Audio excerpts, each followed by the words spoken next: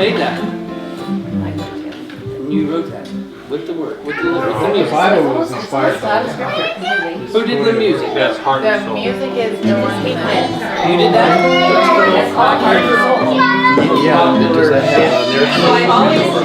Everybody always plays that song, and I've always thought there should be some really good words to that song, like just they can just sing with it.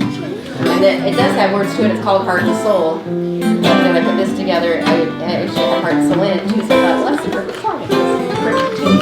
So, Michelle, as we were singing that, I was just going through Joseph's whole process, and it was such a fitting way all of those words just, I mean, could you just read the words and with that in mind, think of only son, do not forget my teaching. So it starts out in verse 1 and 2 that we memorize. It says, "Oh my son, do not forget my teaching or my law, but let your heart keep my commandments. For length of days and long lack of years of life, and peace they will add to you. Do not let kindness and truth leave you. Bind them around your neck and write them on your heart, so you'll find favor and good understanding with Yah and man." So it's almost completely out of 3 and 4. This is 5 and 6. "Trust in Yah with all your heart." I added "and soul," and lean not on your own understanding. In all your ways acknowledge him, and he will make your path straight. Do not be wise in your own eyes. Fear Yahweh and turn away from evil. It will be healing to you and refreshment to your bones. Right, just add it. Wow, so in application, you can just succinctly see how when Joseph was in that place of his brothers, throwing them out, how all of those words would be so something that he could hold on to because he didn't have anything else inside. He didn't forget Yahweh's law. He didn't forget Yahweh, but yet it added a joy And he trusted in. Yeah. He trusted in him. It's not wise in his own eyes. Thank you. Application. And that's what we should learn in this feast.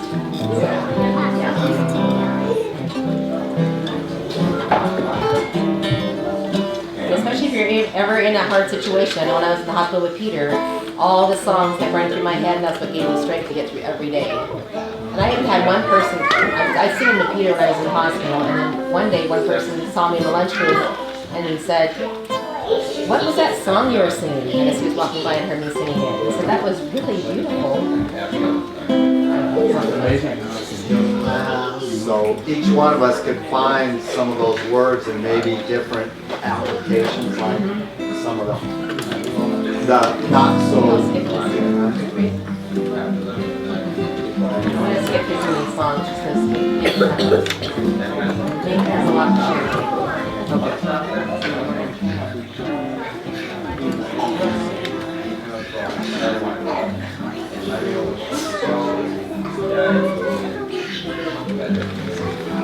This is what we learned a few feasts ago too, so we should try to remember these songs. If you do this, you can remember it better when you're singing.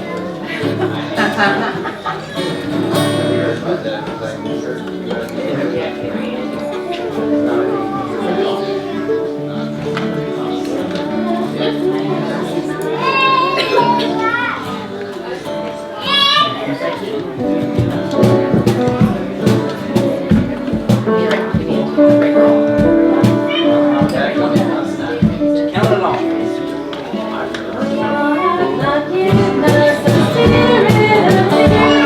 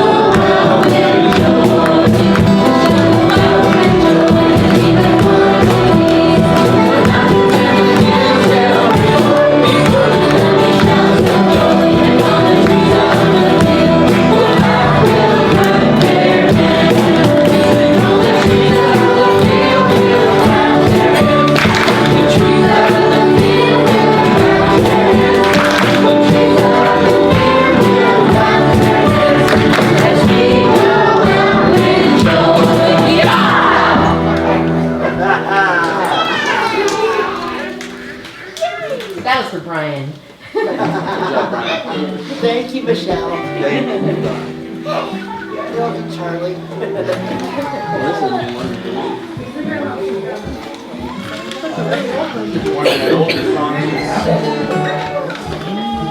One of the oldest. I think it was actually the song I was singing to Peter, like I was in the hospital. Gene Brown. You didn't see it. You probably see it. You might be lying. Hey, we sang this song with Susan too when she was going through her trial. And it was like,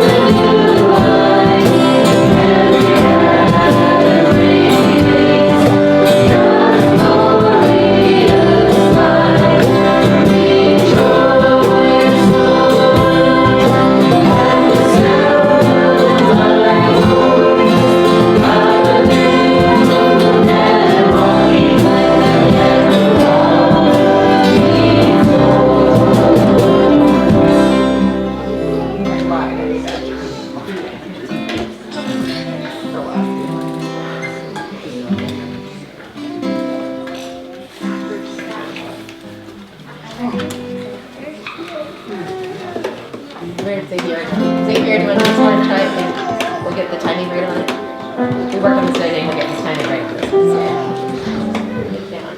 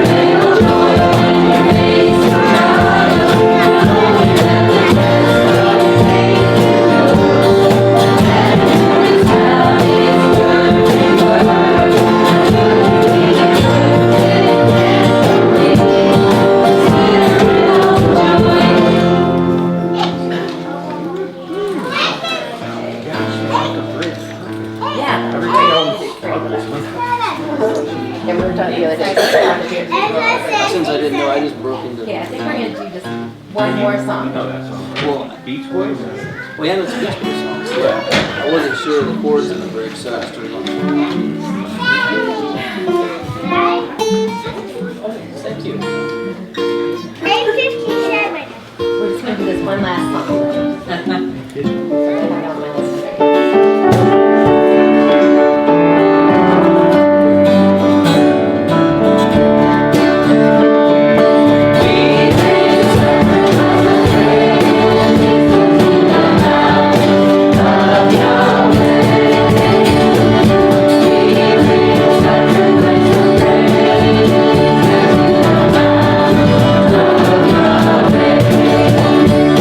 Thank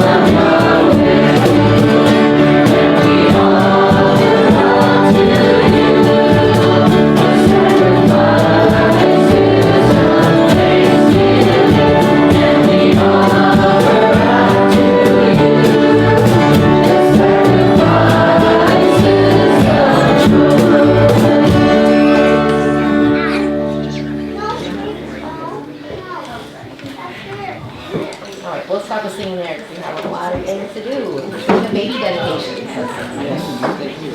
Did you have to? Yeah, we're gonna sing a song. While you're out here. Yeah. Can I drink the rest of this, Michelle?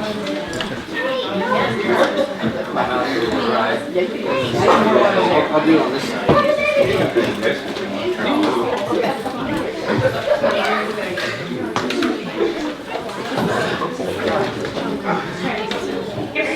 Yeah, we'll get your family up. Okay. Okay. Can I have? Okay, I'll do it. We want Kevin's family volunteer to do special music. So we usually do a special music song, and nobody's shared one, so we feel blessed that they. Oh yeah, they did. Sorry about I'm that. gonna sit and they'll stand So around. we've had very little special music. So We want you guys to participate. Who knows the song Speak Life by Toby? Yeah. I heard it. Charlie, I'm gonna give you these lyrics. Okay, because you're all about speaking life. Your family can sing loud from back there. Can I get everybody in my family up here? Daddy, you Yeah. call the boys up there. Isaac and Enoch, let's go. I'm already here, Dad. Oh. Baruch is up here, isn't he?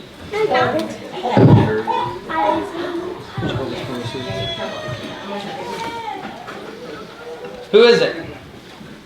Come on, Baruch. Okay.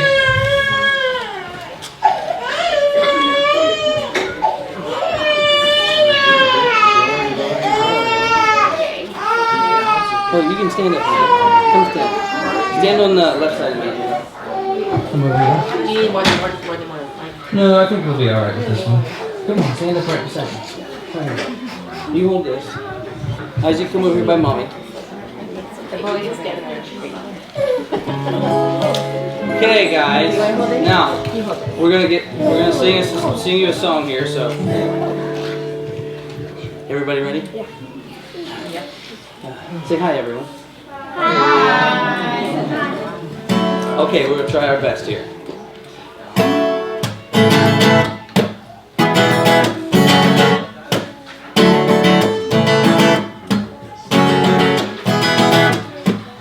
Some days life feels perfect, other days it just ain't working. The good, the bad, the right, the wrong, and everything in between. Oh, it's crazy, amazing, we can turn our heart with the words we say. Mountains crumble with every syllable, one can live or die. So speak life to the deadest, darkest night. Speak life, when the sun won't shine and you don't know why. Look into the eyes of the broken hearted, watch them come alive as soon as you speak hope, you speak love, you speak life. Oh, oh, oh, oh, you speak life. Oh, oh, oh, oh. Some days the tongue gets twisted, other days my thoughts just fall apart. I do, I don't, I will, I won't. It's like I'm drowning in the deep. So it's crazy to imagine words on our lips as the arms of compassion. Mountains crumble with every syllable. Hope can live or die. So speak life to the deadest, darkest night. Speak life, when the sun won't shine and you don't know why. Look into the eyes of the broken hearted, watch them come alive as soon as you speak hope, you speak love, you speak life. Oh, oh, oh, oh, oh. You speak life. Oh, oh, oh, oh, oh. So lift your head a little higher, spread the love like fire. Hope will fall like rain when you speak life with the words you say. Raise your thoughts a little higher, use your words to inspire. Joy will fall like rain when you speak life with the words you say. So speak life to the deadest, darkest night. Speak life when the sun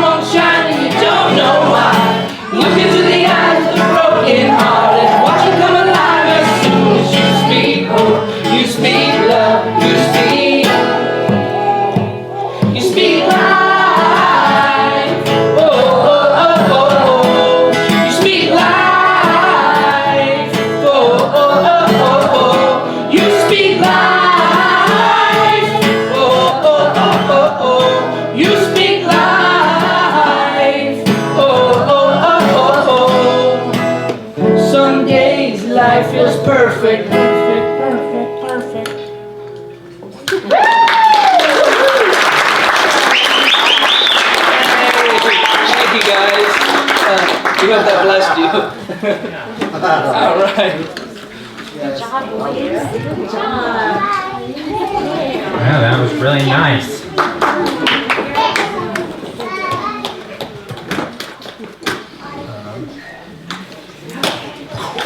Well,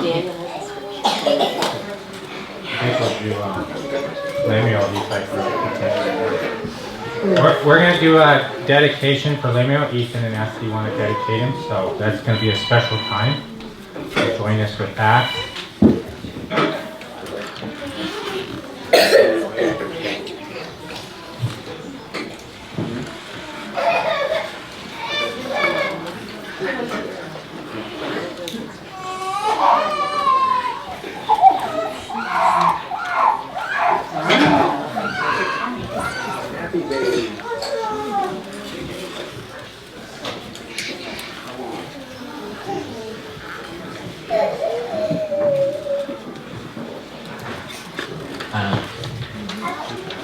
I guess I'll start off by reading scripture. This is Psalms 127. Except that Yahweh build the house, they labor in vain. They that build it. Except that Yahweh keep the city, the watchman waketh but in vain. It is vain for you to rise up early, to sit up late, to eat the bread of sorrows, for he giveth his beloved sheep. Though the children are an heritage of Yahweh, and the fruit of the womb is his reward. As arrows are in the hands of a mighty man, so are the children of the youth. Happy is the man who hath his quiver full of them. They shall not be ashamed, but they shall speak with the enemies in the gate. So, hopefully we have many more children to come. But, as for this one, since Yahweh gave him to us, we're going to give him back, and hopefully he can do wonderful works for Yahweh.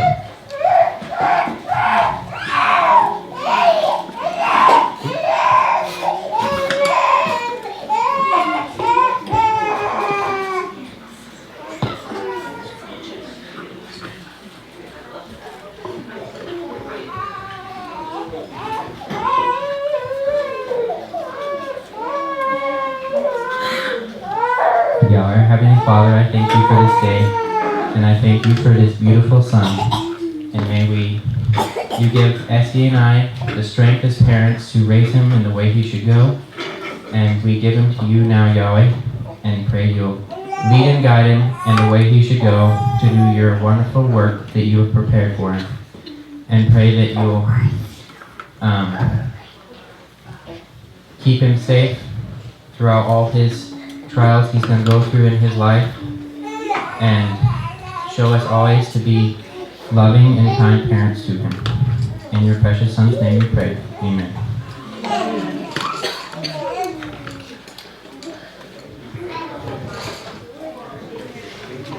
Yahweh, I just want to bless this family that you brought into this world, and especially this little Lemuel that you've given Ethan and Essie. I pray that you just give Ethan and Essie the wisdom and to raise him up into your will and for your glory and for your honor, and that he will be a blessing to all those that he meets, and he'll be a blessing to us, and that they can be a blessing to him. And the children are truly a blessing from you. For you said, suffer the little children to come unto me, for such is the kingdom of Yahweh. And we just want to thank you for this blessing, and we offer him up to you and dedicate him to your glory and for your honor. We just thank you and praise you. Amen.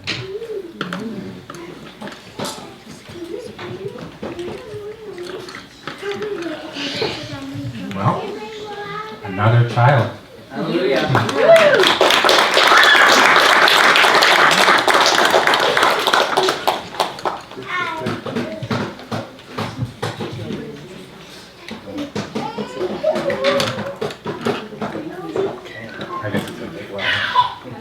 Okay, we have, I'm going to do a talk, and this amazing fact is going to go a little bit on that. It's a lot of a third of my talk is going to be on capillary water. So,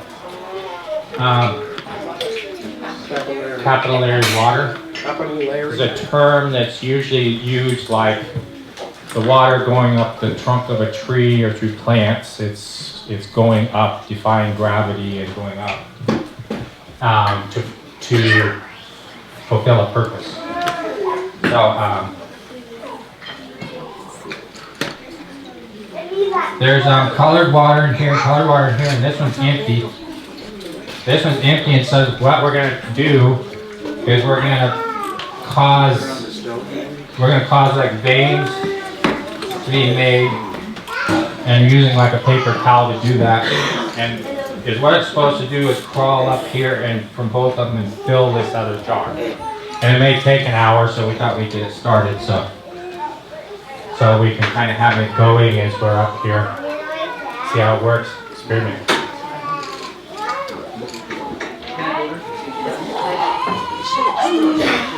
Did you put it here?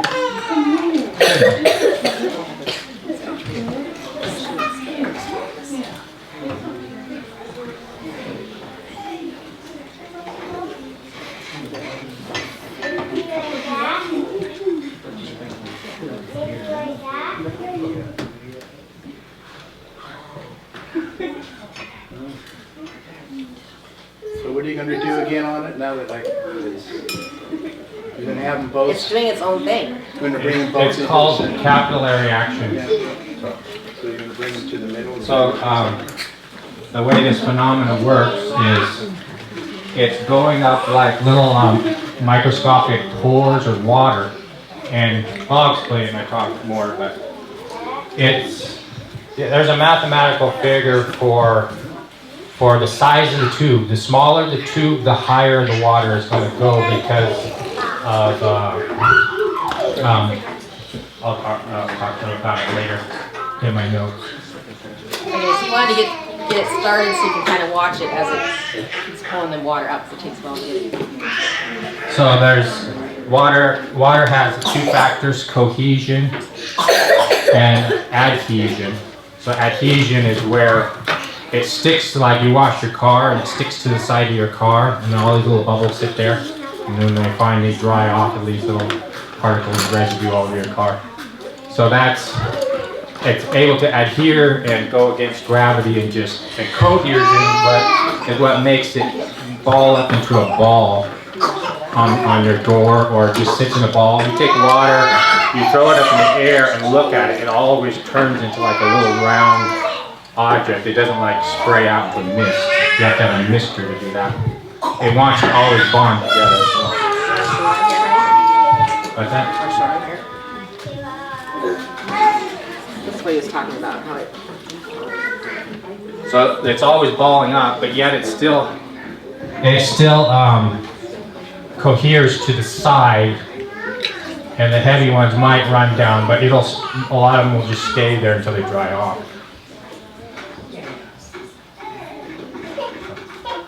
Anyway, we wanted to get this started anyway because it took a long time. I was going to do this when I started that one yesterday, and it's still not done. Okay, we have Daniel's got a scripture he wants to share, and it's Peter, are you ready for yours? Or?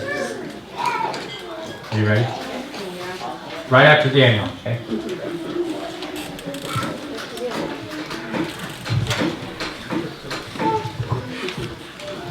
Yeah, I'm just going to read Psalm 33.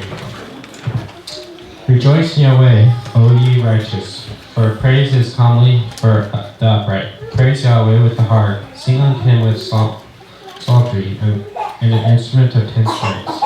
Sing unto him a new song, play skillfully with a loud noise, for the word of Yahweh is right, and all his works are done in truth. He loveth righteousness and judgment, the earth is full of the goodness of Yahweh. By the word of Yahweh were the heavens made, and all the hosts of them, by the breath of his mouth. He gathered the waters of the sea together as a heap. He layeth up the depth of his depth in storehouses. That all the earth fear Yahweh, that all the inhabitants of the world stand in awe of him. For he spake, and it was done. He commanded, and it stood fast. Yahweh bringeth the counsel of the heathen to naught, and maketh the devices of the people of none effect. The counsel of Yahweh standeth forever, and the thoughts of the heart to all generations. Blessed is the nation whose God is Yahweh, and the people whom he hath chosen for his own inheritance. Yahweh looketh from the heavens, and beholdeth all the sons of men from the place of his habitation. He looketh upon all in the inhabitants of the earth. He fashioneth their hearts alike, and considereth all their works. There is no king save by the multitude of the host, a mighty man, and not delivered by much strength. And horse is a vain thing for safety, neither shall he deliver any by his great strength. Behold, the eye of Yahweh is upon the fear of him, upon them that fear him, upon the hope in his mercy, to deliver their soul from death, and keep them alive in famine. Our soul waited for Yahweh. He is our help and our shield. For our heart shall rejoice in him, because we have trusted his holy name. Let mercy, O Yahweh, be upon us according as we hope in thee.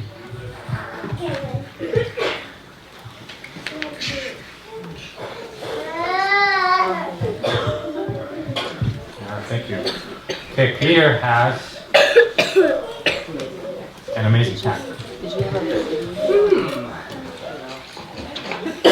I have an amazing fact on killdeer.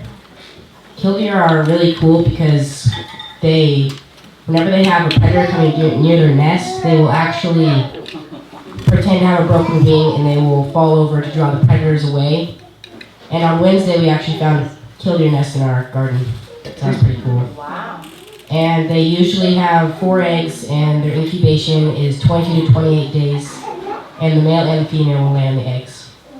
And also the male and the female, once they have a nest together, I believe they will stick together for the rest of their lives. They will never find a different mate. So, yeah.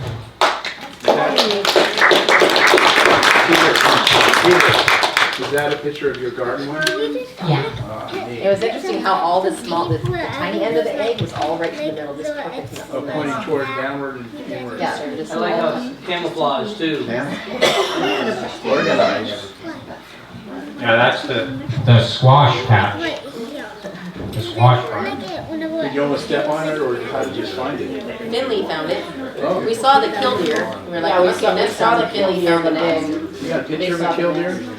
The killdeer are those birds, whenever you get close to their young or nest, they go walking in and they go, Yeah, but I never. and you say, oh, it must be a bird. And so you try to go get the killdeer so they'll lead you away from their young by pretending to be lame. And then when you almost catch it, I mean, you can get within 2 feet of it and they'll just fly away. And then it'll go act again.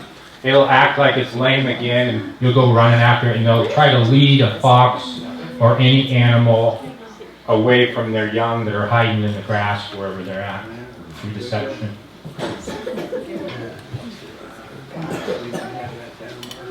I don't know why they call it a killdeer.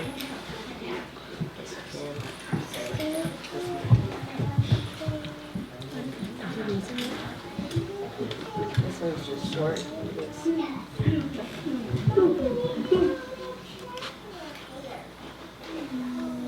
So that's what they do when they pretend like they're hurt.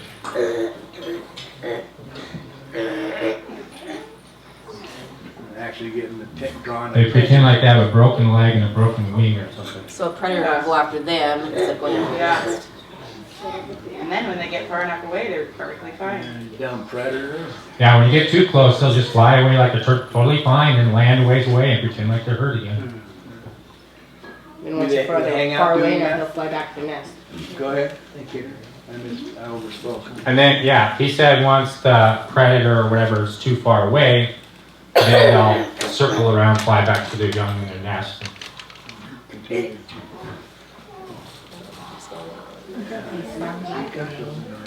Yeah, they do sound like their name. Killdeer. Killdeer. I mean, You don't have like a the little sound. free ring thing? Kind of, yeah. I gotta have mine out. That's amazing. Thank you. Good job.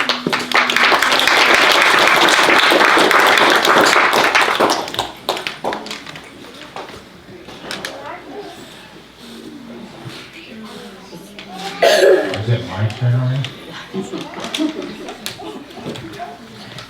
Okay. Okay, I'm really excited about what I'm going to tell you today because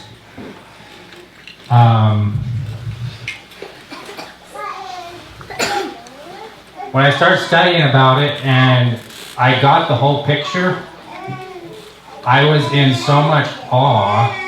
I didn't know whether I was tickled pink or in awe. I was awestruck, I guess you could say. So I thought I gotta share it because it is too awe-inspiring to just not share it with everybody. So I want to let you know that what I'm going to be sharing with you is not any works that I do. It's mostly works from friends that I know, and I've compiled it together to paint a picture for you and try to be able to That's gonna say you have to paint a picture for you so you're able to see. Because is what I want to talk on is law. And for most people, law is not a real interesting subject. And really this should be titled,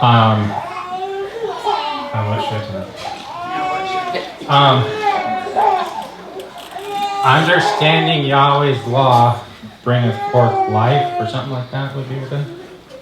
Anyway, that should work. Wait, she just had it. Didn't you just have the proper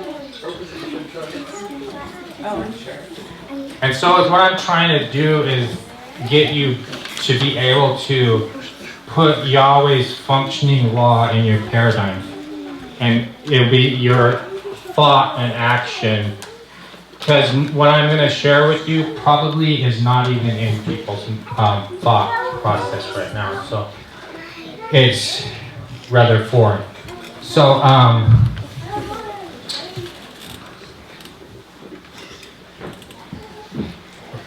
like last Passover, I talked on law, and I told you how law is an acronym of land, air, and water. So in the beginning, when Yahweh created, that's what he created, is land, air, and water. And everything on creation day 4, 5, 6, and everything is a repeat of land, air, and water, or taken out of it or from it. So his law is what he established from the beginning. And last Passover I shared how man has taken an element of law. Say for instance today they take the W and they create and they mold an image and fashion it with their hand of their imagination of something that Yahweh has created and liken it in that fashion and cause people to bow down and serve it. And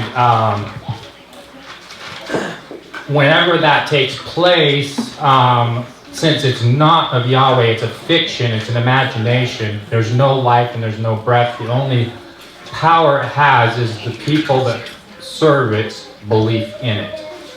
So that's what gives it power, but if you break the imaginary law, the only way that they can, the Baal priesthood can enforce it is they bring Baal priests to prosecute you or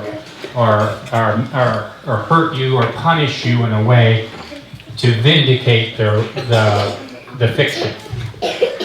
So Yahweh's law is not that way. His way is it's the real land, air, and water, and all of us are subject to it, whether it's a blessing or a curse. We all feel it.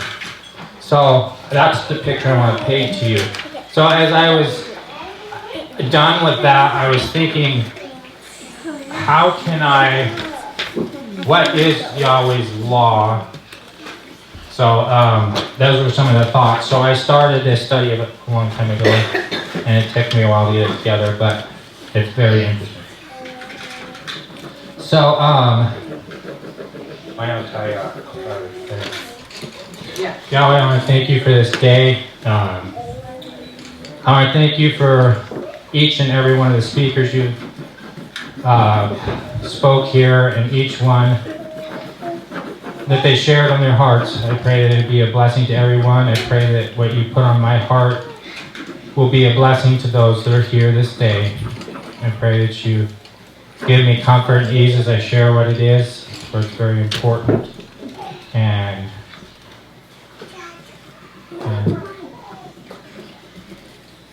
we just praise you. That's it. Okay,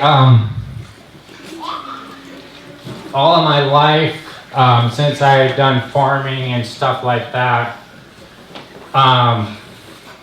I've always been taught or been told that microbes or whatever strong source of microbes brings health, which is true.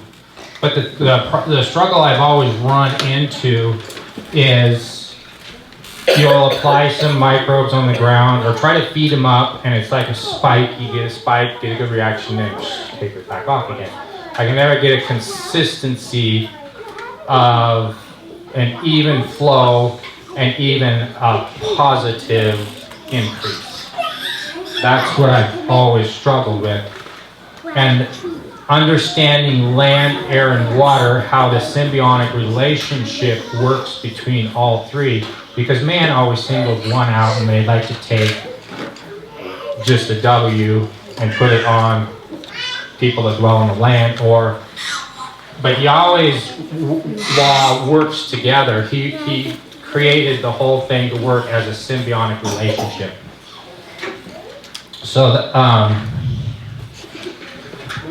as I did this study, the pieces started coming together, and so I know we've started a lot in Genesis this feast. It was kind of amazing how many people had their talk in Genesis. So I'm going to do the same thing, because this is where he created it. So,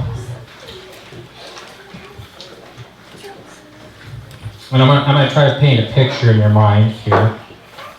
At Genesis 2:4. That's the wrong one.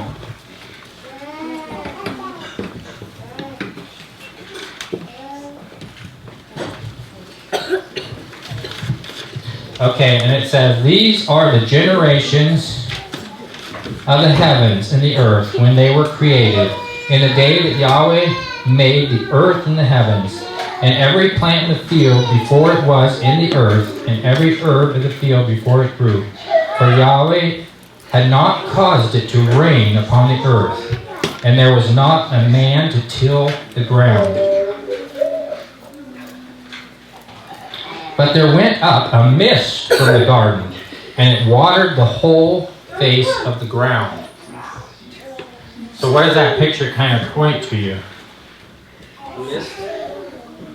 Yeah, feel free to ask questions, or because I want you to get. I think it's more important to get the picture than to just kind of rub over it, because this is going to be very important to get the picture. So the water was coming up from the ground. Exactly. So this is what we are doing here. This is, see how this is coming up, and it's going down into this other jar. So the water, it says there was no rain. They didn't know what rain was in those days. So the water was coming up, and it's called capillary water. It comes from the depths, down deep, and it's coming up. And it comes up to the plants, it feeds the plants, and the mist waters the leaves that come up. So in that picture, we get that water goes up. And the only way we see water goes through capital air action, or if it gets really hot, you can see steam going up. Yeah. But other than that, when we think of water, oh, it's raining. It's going this way, right? So, okay. Keep going. What? They're sprinklers. Yeah. So,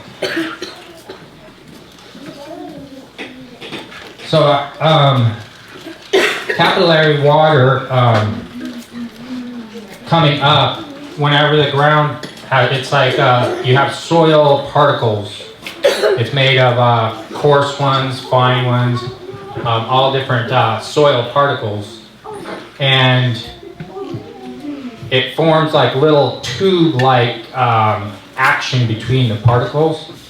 And the finer the sand or the material, the smaller the tube. And remember what I said before, that a smaller tube will raise the water higher, and a bigger tube, it just goes up a little ways. Because of this capillary action and cohesion, the water will stick to the side of the tube, and it wants to stick together, so it forces itself to go up in the tube if it's small enough. So that's what causes it to do that. So as the water is coming up, it's going to be water in your plants and your roots. And it probably grew very lush vegetation. For some have said that all of the petroleum and coal and all of this high carbon came from massive amounts of plants, because that's the only place that carbon comes from that we know of. So obviously it must have grew very, very lush vegetation with this process of capillary water.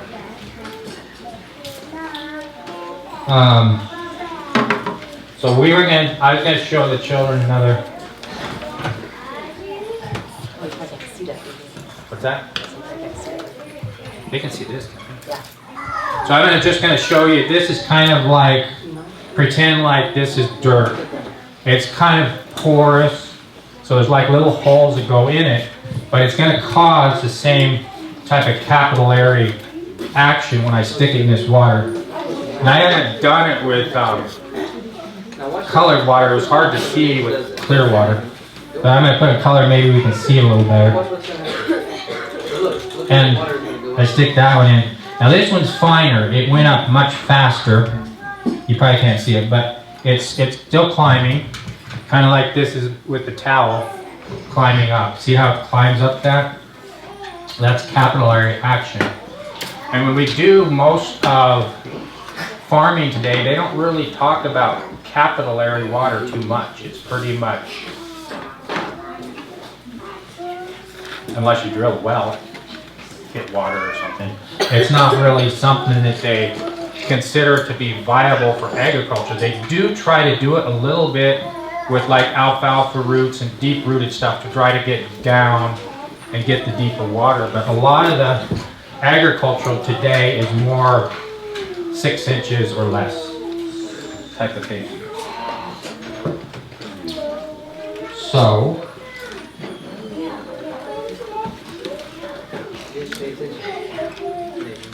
we'll see how high that climbs.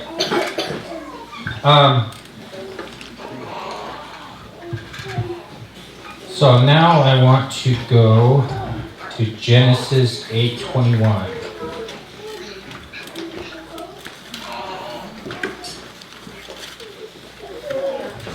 And then if somebody wants, let's see, somebody wants to look up Genesis 9:12-17, they can read it when I'm done with this. Okay, Genesis 8:21.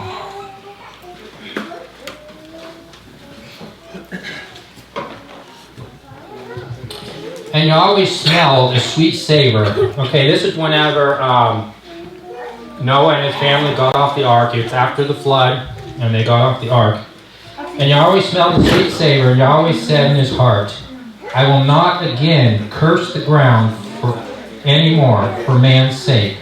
For the imagination of man's heart is evil. From his youth And neither will I again smite any more everything living as I have done. While the earth remaineth, seed time and harvest, and cold and heat, summer and winter, and day and night shall not cease.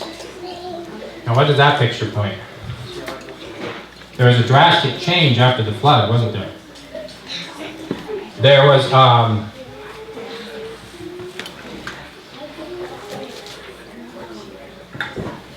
it kind of puts in my mind that possibly there wasn't seasons prior to the flood. So now he's like establishing summer and winter, day and night.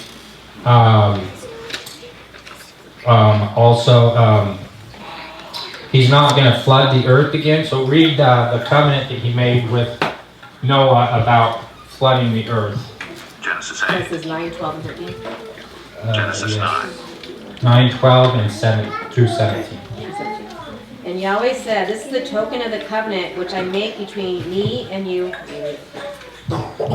And Yahweh said, this is the token of the covenant which I make between me and you and every living creature that is with you for perpetual generations. I do set my bow in the cloud, and it shall be a token of a covenant between me and the earth. And it shall come to pass, when I bring a cloud over the earth, that the bow shall be seen in the cloud. And I will remember thy covenant. I will remember my covenant, which is between me and you and every living creature of all flesh. And the waters shall no more become a flood to destroy all flesh. And the bow shall be in the cloud, and I will look upon it, and I will remember that I may remember the everlasting covenant between Yahweh and every living creature of all flesh that is upon the earth. And Yahweh said unto Noah, this is the token of the covenant which I have established between me and all flesh that is upon the earth. Okay, so that gives us a picture that there's quite a bit of change after the flood. He gave a sign, or the covenant of not flooding the earth was a rainbow, but how do you get a rainbow? Water. Droplets. Droplets coming down, right? So this is a new thing that's happening with rain, right? Mm-hmm. Okay, go ahead.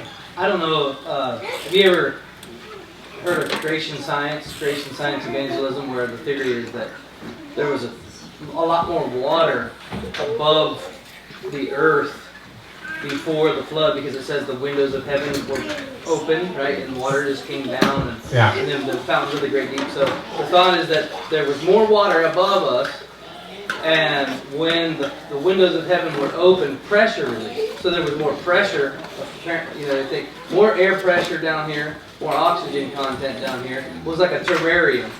The earth was sort of like a terrarium before the flood, which would have just been like perfect weather all the time. Yeah, there's all types of theories and possibilities. I mean, we don't know, but I have heard that and stuff, but I don't really want to focus on that right now. I'm trying to focus on law, land, air, and water, not necessarily the conditions or how it happened. But that's a good thought. I mean, to put in. So I'm trying to focus a little bit more on this, but thank you.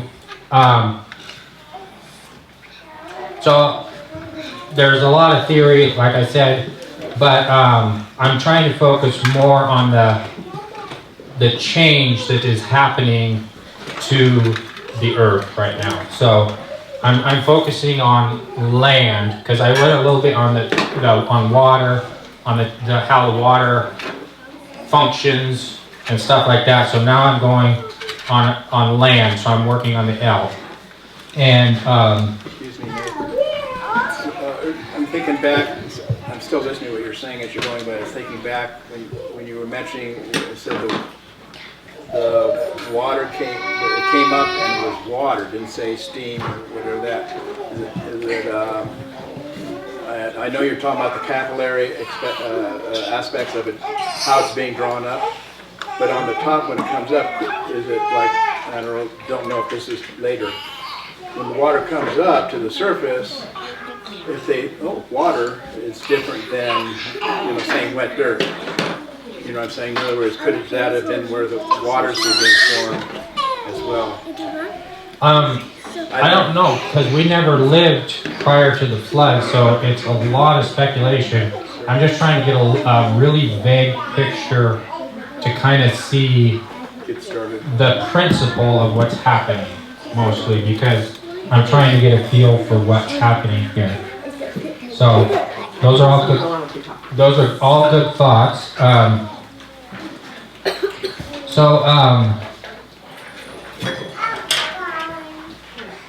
And in that verse, he says that he will never curse the ground again. Now, what do you believe that curse would be, just off the top of your head? Bringing forth thorns. That is a test to see if you've already studied this. Bringing forth thorns and thistles and not growing well. Well, if you read, there's another scripture, whenever they left the garden, it was bringing forth thorns. So it was like they ate of the fruit in the garden, and then they disobeyed. They were kicked out of the garden. They had to work the ground. They were eating vegetables that they had to plant, type of thing. It was more working in the ground rather than harvesting the fruit and eating there. So there was a change there. But now after the flood, there's a drastic change, and he cursed the ground again. But nobody really knows what that curse is, and we've been trying to figure out what the problem is for 4,000 years now. And it feels like we're just starting to touch the tip of the iceberg now. So, no ideas? It doesn't work as well. Okay, I'll tell you. That's the reason he gave the covenant of the rainbow, because the rain was the curse. And all of us farmers, we say, well, the rain is a blessing. And it is for the day that we live in, because that's how we get our water. But the rain was the curse that cursed the ground. And what happened after the flood? Their lifespan went drastic, big time. I mean, one generation it went down to like 250 years, and then it went next generation it went down to like 140, and Abraham's time was around 120. And by the time it was to the sons of Israel, there was between 115 and 130, somewhere in there. So the lifespan dropped drastically. And my thoughts are it's probably because of this curse of the ground. So, as sons, it's a duty as kings to search out a matter and find it out. I think Yahweh wants us to break the curse and be able to live life to the fullest. So, anyway, why is rain a curse? Because it's going down instead of up, right? So, I did this little jar. I took a bunch of dirt in it, and it hasn't settled out yet. A little bit, yeah. But in it, I put actually 3 different dirt. I put Moro dirt, and then I took dirt from here, and I took some really sandy sand type stuff, just so I could have more drastic. But this is how they kind of tell dirt types, by doing this, let it settle out. It's real sandy. This will drop down really quick. The water will actually get clear in a couple hours. There's not a lot of clay and fine in it. If there's more clay in it, it could take up to 2 to 3 weeks to even settle down. So, the first time that this was actually discovered, and what it does is it causes silt layers. So you have the coarse, and then it gets finer and finer and finer and finer, and as it settles, it causes all these silt layers. You want to do like a silt slide up there or something? And we see evidence of silt all over the place. I mean, you look at all of the ground kind of like that, you have silt layers, just everything's a silt. It's from water carrying stuff around and depositing it. You see, like if you go into a creek and watch a creek, it's running really fast, and when it's running fast, you have big boulders like this. And then as it slows down, you get littler ones and littler ones. And then the water gets where it almost hardly moves and gets really flat. And when you go walking out there, it's like It's really, really fine. And so you have all different deposits of silt. And do that that bar graph, so one. Yeah. So this here is showing silt layers. This is your soil, and as the rain comes down, there's a scientist in Germany that first discovered this in 1938, I believe it was. He was the first one. He called it micro erosion. As the rain comes down, it percolates the ground. It holds all of those fine particles, and as the water starts dissipating, it goes out, and as it goes out, like when the water slows down the stream, it causes silt to form. And so this is a kind of a cut out of the ground. The water gets saturated. The silt makes like a silt layer in there, and then you have your dirt where you're growing everything. So is what the rain does is it causes a silt layer in there. And it's going to be different depending on the environment, because the only thing that can break that silt up is roots. So if you have a real jungly tree type places with roots going all down through that, breaking it up, then the water's going to percolate much better. And I'll get into the gas exchange a little later, but it causes healthy rhizobiums to grow. It causes mycorrhizal fungi to grow. You'll dig most of when you're getting microbes, when they harvest them to breed them up to sell them to farmers, that's where they go. It's places like this to gather them and collect these microbes, breed them up. And we've tried it as farmers. We put them on, and like I said, there's a spike, a little up and down. You can get no consistency. You can't get anything to go. Even putting mycorrhiza on your raspberries, you might find a little one going for a little bit, and then it just peters out. You just can't keep it going. So it causes this silt layer, and through studies over and over again, they have found out that it doesn't take very much rain to even cause a micro-erosion silt layer. Only about 30 inches, and it doesn't need to be 30 inches all at once.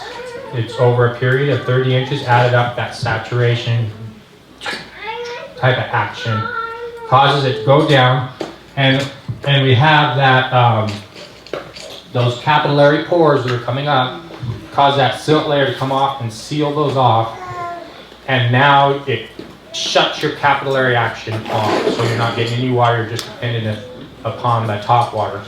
So in like the forested areas, they penetrate through and the water can go through, and it's still working in a bioactive climate. But in agricultural, where we grow most of our food, and in that sense, we have this scenario here where it does not penetrate down. So in essence, all of our food is being taken from right here. The roots do not penetrate that, and that silt layer is over-exaggerated there. It could be 1/1000th of an inch, just enough to play. It's not big. And so now I'm going to get into more of the air, the gas exchange, and the problems that it causes because of this micro-erosion action. So,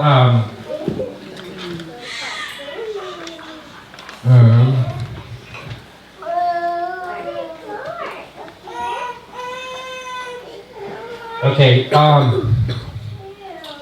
capillary water is something that is very, very valuable to keep alive a microclimate in your soil.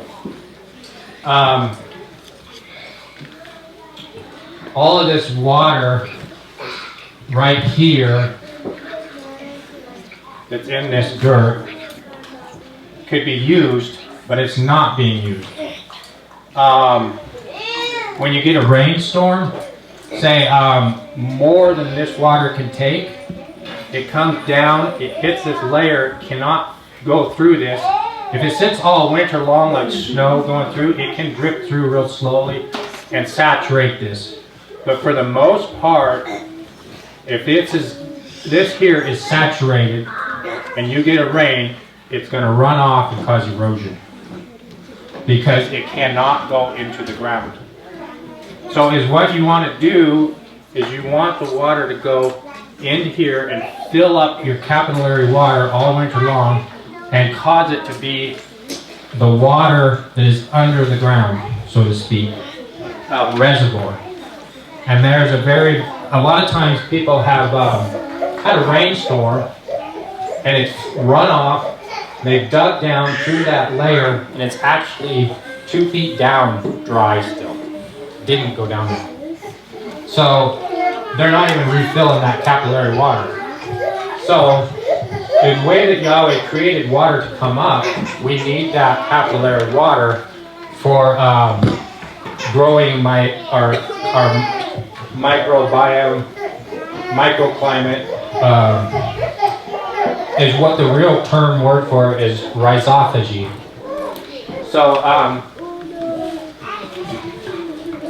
this is the cycle that Yahweh created it to be, which I'll now go through the cycle of what we have today with the curse, so that you can see the difference.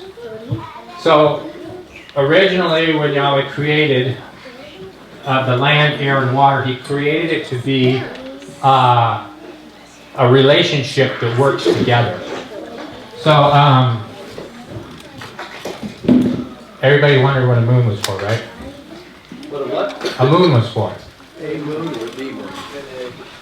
Yeah, kind of pointless to have a moon without a reason, right? But anyway, he created a moon. And this where the moon comes in. The moon is the matrix of life. So, so the way the cycle is supposed to work is you have all that water under there, and you know what happens when the moon goes over the ocean? What happens to the water? It gets cooled. It goes, we call it a tide, right? And then whenever the moon goes around, then it goes back down, right? Well, we can see that out in the ocean. But did you know that same action happens here with the water on the land as well? So, whenever the moon heads over, and you do not have this silt layer in here, if you can break this silt layer up, and you have good capillary action, whenever the tide comes up, then this water is forced up to the surface. When it comes to the surface, then you have all of your microbes right here in this top layer, right? And what do microbes do whenever they do their jobs? I mean, they're busy creatures. They're small, but they do a lot of work. And they are exercising, and what do you do when you exercise? Sweat. Well, maybe you do, but I breathe hard. I breathe hard. And what happens when you breathe hard? I'm breathing in oxygen, but what am I putting on? Carbon dioxide, right. So these microbes are breathing off large amounts of carbon dioxide. So when the moon comes over and the water comes up, it forces that carbon dioxide out of the ground, and that carbon dioxide goes up into your plant layer. Now, I know they have a war on carbon and they say carbon is bad, but I'll tell you what, carbon is the essence of life. If you did not have carbon, you would not have life. There's no difference between carbon and life than there is an egg for a chicken. You can put the sperm out there and have the rooster with no egg, you're not going to get life.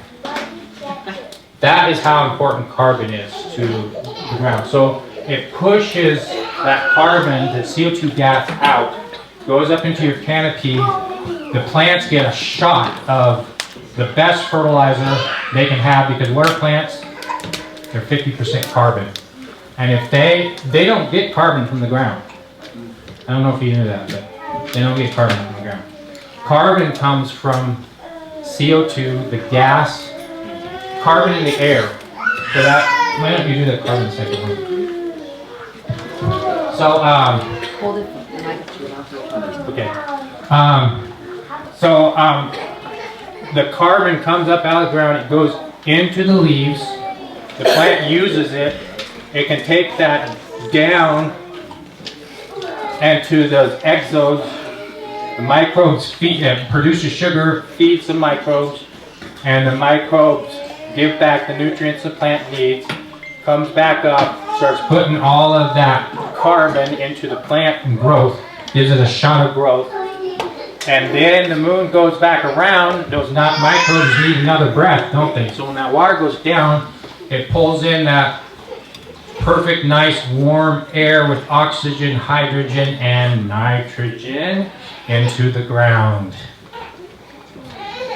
And when it pulls all that wonderful stuff in the ground, those microbes go, ah. Right?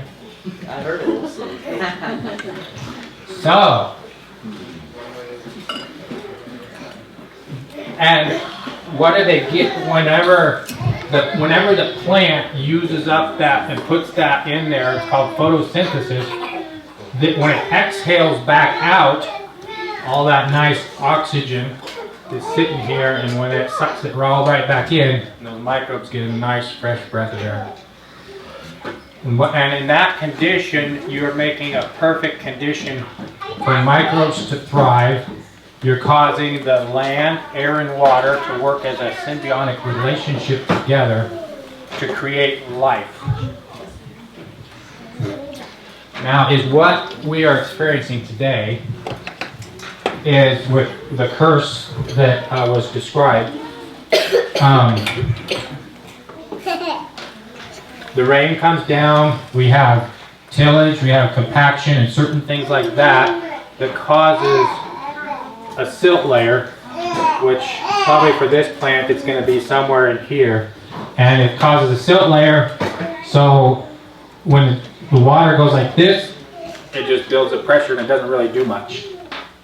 And the microbes are they're not breathing, so the little bit that they get that comes down this way is not enough to cause mass productions of them. They're going to be small. And as a result, then there's only 420 parts per million of CO2 in the air. And that's not enough for a plant to grow to its optimum. Nathan, will that, like, as you're describing that, cause that soil to just pack up and just...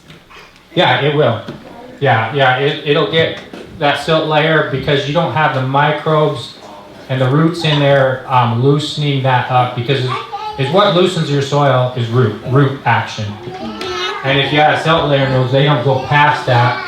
Is what you'll see is a plant will grow a root down, hit that silt layer, and I pulled up hundreds of plants this way, and it only goes to that far, and then you'll see all these roots going out the side, trying to do its best to grow in the limited space that it has. But the microbes are so few. I mean, you want 60 billion microbes in a teaspoon of soil. And I don't even, does anybody know how much is in an average teaspoon of soil? I didn't even look it up. It's not even probably a tenth of that. So, where were we? So are the roots breaking up soil? So roots are the only thing that's gonna break that up, and the roots are not going to grow good without high microbial environment. High rhizophagy is what they would say, if you like to use technical words. So, as in essence, your plant is restricted because the ground is not breathing, it's not getting the proper CO2, A lot of people who run greenhouses try to keep the CO2 around 1,000 parts per million, and they seem to get pretty optimal growth with that. But at our regular CO2 is way, way too low to get optimal growth. So that relationship of gas exchange from your soil to air is a huge key for growth for plants. And the other part of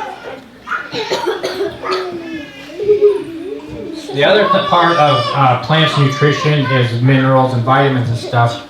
Vitamins and a lot of that stuff come from microbes. So probably the mineralization and NPK and all of those things that we try to fertilize our ground with, the plant only needs 30% of its nutrition from that. 70% is going to come from the microbial action. So to get a strong, healthy plant, you have to have that microbe feeding all of those exodes of the roots that come out. And then the healthier the plant gets, the more it feeds it. But our problem is the microbes are not staying alive because they're suffocating. And like I said, it pulls oxygen, hydrogen, and nitrogen, and whatever other gases there are into the ground whenever it does that gas exchange. And if it doesn't blow the CO2 back out, then is what happens is your ground gets stagnant. We look at our plants, and if it gets too wet on top, they all start turning yellow, and they stop growing, right? And what is happening is you're not getting that gas exchange, so your nitrates are turning into nitric oxide and gassing off. So it's called denitrification. So as a result of that, your potential of your plant goes down, down, down. And we said, oh, it's just drowning out. But it should not be doing that. All of your ground should not have a silt layer. It should go down into that water layer and percolate out. And it wouldn't be building up all these pockets of wet spots and drier spots that do a little okay. And if you have a drier spring where it doesn't get all that drowned out, is what we call it, those spots that drowned it out are probably going to be your highest producing spots if the conditions were right, because that's your best soil and the best everything on it. And since it drowned it out, it just went in a reverse mode. And another thing you have to understand is plants are on a time clock. 40 days is all it takes for an average for a plant's roots to grow. So you're growing that root down, and when that plant starts growing, you have 40 days. I'm not talking like winter wheat's going to sit dormant. I'm talking about when the ground is up to temperature and you have growing conditions. And that root has 40 days to grow down, and it's done growing. So if you hit a silt layer and inhibit that root from growing, it's going to try to grow out or whatever it can do to counteract for that. Now you have all the little hair roots that come out from the side of that. And all those other little roots have a 30-hour, not lifespan, but 30-hour growth. So they're like little kids that come out, and after 30 days they're adults. They stop growing. So if you have conditions like I'm talking about where it's drowning out and there's no growth, and whenever it's nitric oxide is being produced, another thing that's being produced in your ground is called ethylene. And ethylene is a growth inhibitor. They use it all the time in agriculture to stop growing if something's growing too big. So it's not supposed to be produced in the plant, ground. It's supposed to be produced in the plant when the plant comes to maturity, when it's going to be fruiting. And when it comes to that maturity point, then the plant will start producing it to stop its growth. But when it's done prematurely, it will stop root growth, it'll stop plant growth. You'll see those drowned out spots will be short, Then you'll get to where it's growing and it'll be taller. It goes from growth mode to green mode. Is what it's supposed to be. Well, I'm just saying those little roots only have 30 days. So if you have ethylene all over those roots, then you grow them out and it's done. Now if it had optimal conditions with all the nitrogen, hydrogen, and carbon that it needs, then it's got to go, and you're going to grow a root like that in 30 days. So there's not a good gas exchange. You're going to inhibit your root growth, and if you inhibit your root growth and the root is done growing after 40 days, that's the potential of your plant. So like on a corn plant, 40 days are up at bloom. So once bloom hits on a corn, and probably most other plants, your roots are toast. I mean, not toast, they're done growing. That's the potential of your plant. So that's why it's so important to have your soil warmed up through the gas exchange, the microbial action, and have those roots grow at their optimum in that short little window that they have.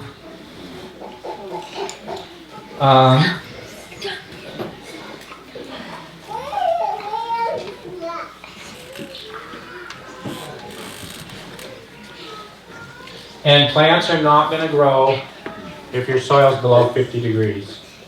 So you want your soil to be warm, and that is what this gas exchange will do.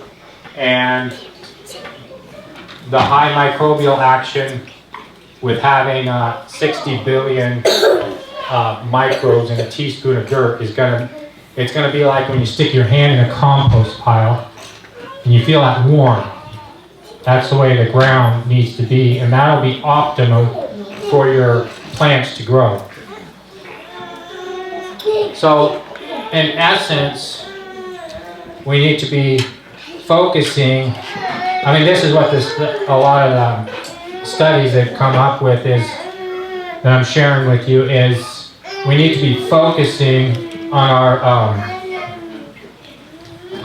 rhizophagy rather than our fertilization program or whatever, because that is 70% of your potential. The fertilizer is only 30.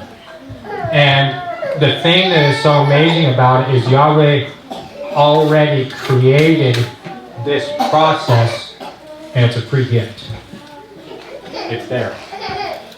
The problem is our ignorance. We don't know that the curse is there, and we don't know why our soils are not acting the way they're supposed to be acting. And so if we're able to break that curse, then amazing things happen. So a few people that have been breaking this curse, breaking this silt layer and growing things, find amazing things happening. And I'll just share a little bit about, for one, they dug down 2 feet down in the ground, and this was like in May, early spring. They dug down 2 feet in the ground and put those thermometers on it. It was 80 degrees because of the microbial action and the breathing soil that caused it to be that warm. They're growing a ½ inch of soil per year. They're taking CO2 from the air, doing the transfer to the plant, having those microbes digest all of that matter, putting it back into the ground. The carbon levels are going high, and the nitrogen is going up because it's being pulled in there, and they're holding it. And also, there's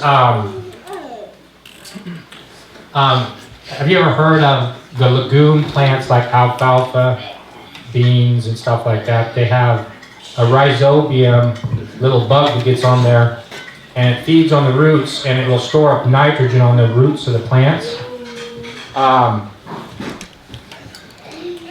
Whenever you don't have that gas cycle, gas exchange, the first critters that die are the little critters that pull nitrogen and give it, like when that gas exchange happens, they grab that nitrogen, they feed that exudate, I think is what they call it, exudate root. So they feed that off of that. Those are the first ones to die, and that's what everyone has trouble with, is keeping those little critters alive. Even a lot of the commercial growers, they can't even keep them alive on beans. It's a challenge, even on beans and peas. A lot of the organic growers do fine with it because they do have a little bit more gas exchange, enough to keep them alive on the legume ones. But there are ones for all plants, and that's the problem, is they do not keep alive. And you've probably seen it too when you might have a garden that has nice, good, soft soil, and you have good microbial action, and you never put any fertilizers on it, and you grow wheat this tall and big, huge plants, and then you go out in the field or whatever, and you put enough fertilizer on there that you probably could have drowned the cow up to its neck with it, and it's just a little squiggly plant and doesn't do much. Because the rhizobium is not working in one, and it's working good in the other one. So that's the law that Yahweh put forth with the gas exchange, with the soil, and with the water. And you can't get any of this to work leaving one of them out. It all works together. So I wanted to go a little bit deeper. Now this is the newest discovery. It's only been they started looking into it about 6 years ago, so it's like hot off the press. I thought I'd share this with you.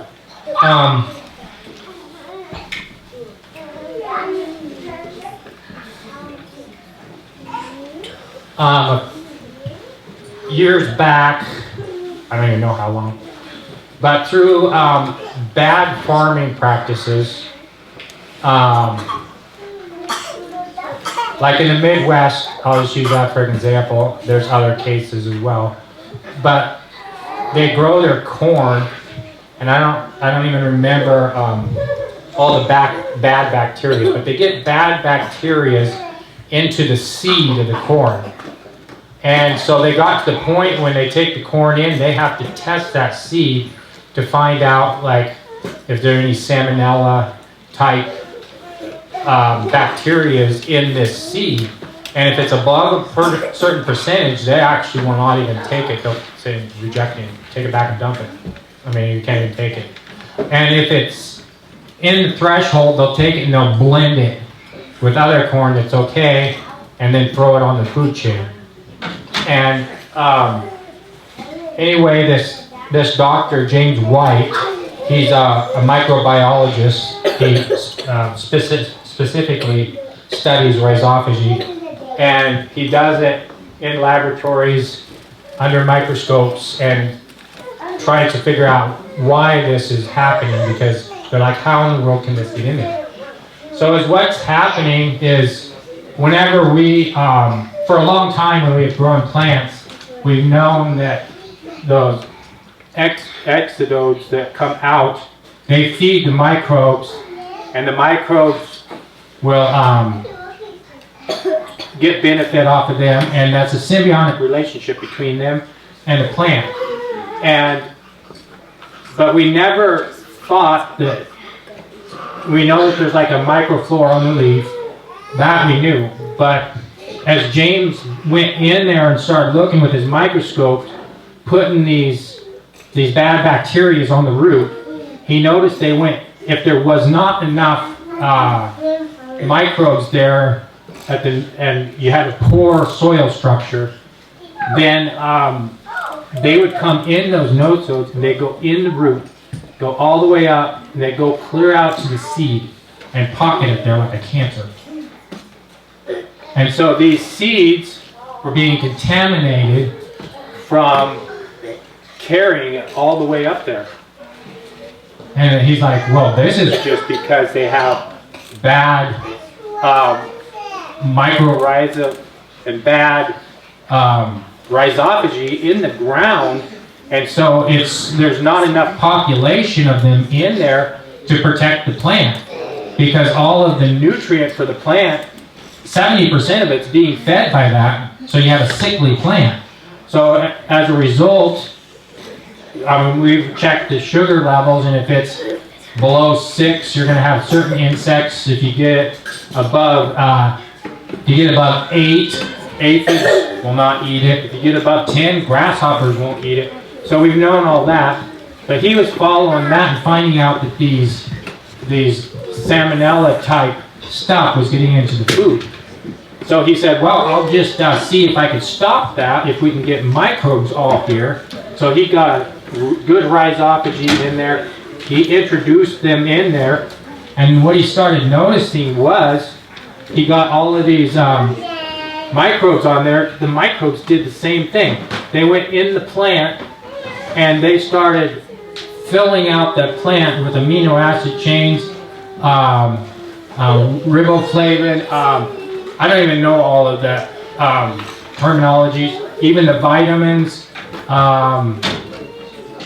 People say our food is lacking enzymes. What do enzymes come from? They're a byproduct of microbes.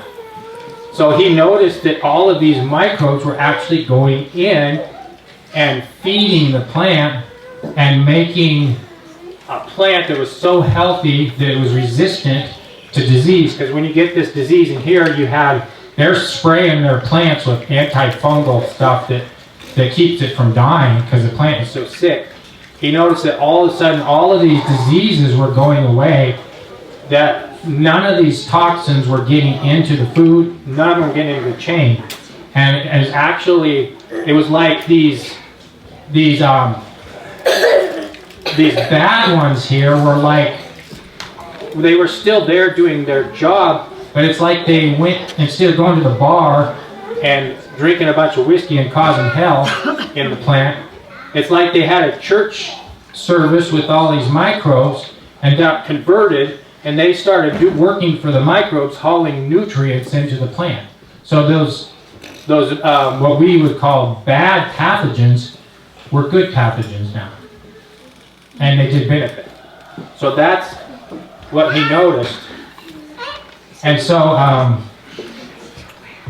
with this high density and a good rhizophagy, and the plant at a nutritious part, that's what they noticed is you don't need all of these fertilizers that we think that we need, because they're very, very inefficient. You could put on these fertilizers and you might get maybe 10% of it, and the rest of it gets blocked back up in your soil and tied up. And even with the animals consuming the plants, the people consuming it, and that, when you're getting the plant to a healthy state, the vitamins that you're taking, they're very inefficient. If you have good microflora in your gut, you may utilize them better. If you have bad, you utilize them less. But if you could get it in a micro-produced form in a plant, it's 100% utilizable. And they're finding out that when that happens and you partake of this, then all of the diseases in plants, animals, and humans start dissipating. Because we're working on the law that Yahweh set up in the beginning. So to me, this is really exciting, because I've always thought that vitamins were a Band-Aid. I've always thought fertilizers were Band-Aids, and they are. If we could just focus on rhizophagy and get a healthy environment like Yahweh created to be, know that the curse is there and break it, then I think that his blessings would be innumerable. So I just had to share that with you. Is there anything I'm missing? Slide. Oh, yeah. Some of these guys that are working with it. Yeah, why don't you go to that one? Some of these guys are working with it because that's been for the last 40 years when they figured this out. Is like, okay, how do we put this into action? How do we get this to work in an agricultural environment? And so some guys have come up with a tool to be able to break that layer. So normally you're working in this zone. And so this tool will come along, it's like a knife blade. It goes into the ground and it punctures through this silt layer. And when it punctures through that silt layer, it's opened up to the capillary water. So when you have rain or whatever, it's going to percolate in. If your plants are stressed and need water, it's going to come up. You're going to have the gas exchange. You're going to have all the environment that you need. But it's not going to change your soil until you grow a crop in there, because the roots and plants and the carbon is what's going to exchange, is what's going to do that. So as in essence, it takes a few years before you're going to start building soil and things start to change. But this gives you the opportunity for the ground to start breathing and do that gas exchange. And then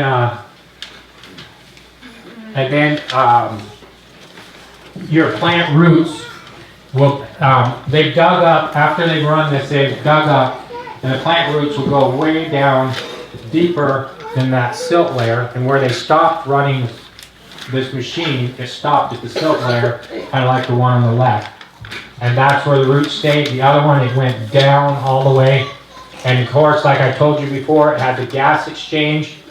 When that CO2 came up with that gas exchange, those plants grew massive. The other ones were short. They kind of discovered that CO2 by accident. One of the farmers set his, or knocked over his CO2 fire extinguisher. And his field of corn was like, it was like really, really dry. And they're like, we need rain. They're praying for rain with that.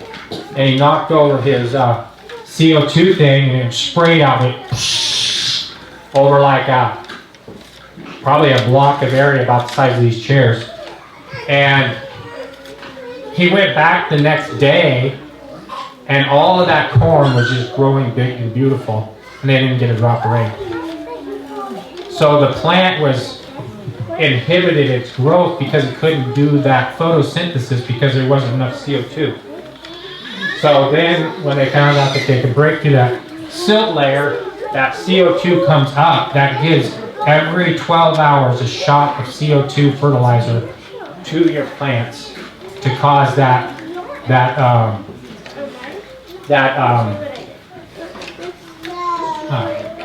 photosynthesis action to take place. Because without it, with the 420 parts per million, you can't get good exchange. And that's where our atmosphere is at. So then they took, let me finish this first and I'll get to it. They took, where they did this gas exchange, they took and put a CO2 meter right on the ground, and it monitored your CO2. And it was the same as the atmosphere. When the moon came around, that gas exchange happened. It went up like 5 or 6 times of what the atmosphere was. And then they had another one at the canopy of the crop. And the one at the canopy of the crop did not change. So the plants used every bit of that CO2 that came out.